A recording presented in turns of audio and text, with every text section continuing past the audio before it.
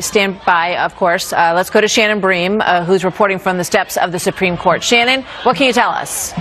Well, I can tell you it's a 5-4 opinion. It's a win for Hobby Lobby. And as you all have discussed, it does specifically say in the holding that the contraceptive mandate as applied to closely held corporations. That is a distinction here because both of the companies, and there's another one with Hobby Lobby in this case, are family-owned, closely held corporations. So this ruling is for them.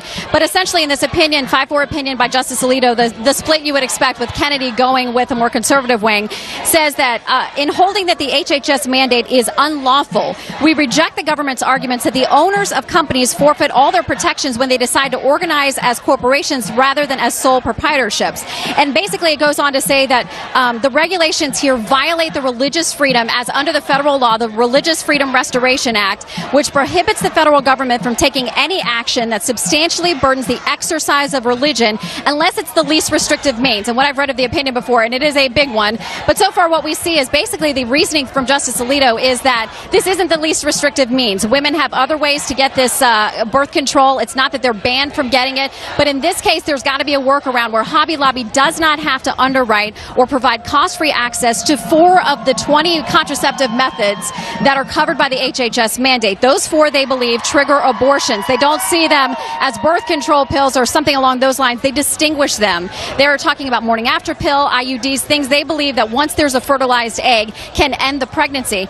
Justice Kennedy wrote a concurring opinion, meaning he goes with the majority here, but he wrote his own opinion. I'll have to look at that. He's obviously the key swing vote here. And one of the key problems he had during oral arguments was the fact that this law and these requirements came not from an elected body, not from Congress, not from one of the 3 branches, but from an unelected bureaucracy, the Department of Health and Human Services. He found it very troubling, at least during the oral arguments, his indication was that an unelected bureaucrat could set this policy. At the time it was Secretary Sebelius, now we have Secretary Burwell.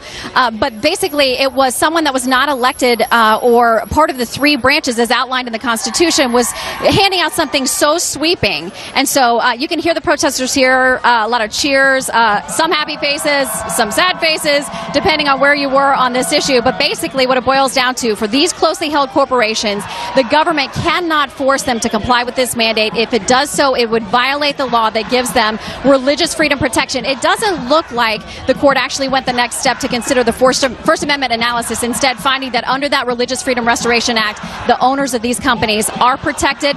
The dissent, also very lengthy, authored by Justice Ginsburg, and she starts out with a discussion of women having equal opportunity in the workplace, and I'm guessing, just reading the opening to her dissent, that she's going to see this very much as a gender equality issue. The 4 justices who normally side together on that side of the bench are together on the dissent today. Guys. Very, very interesting. Shannon, thank you very much.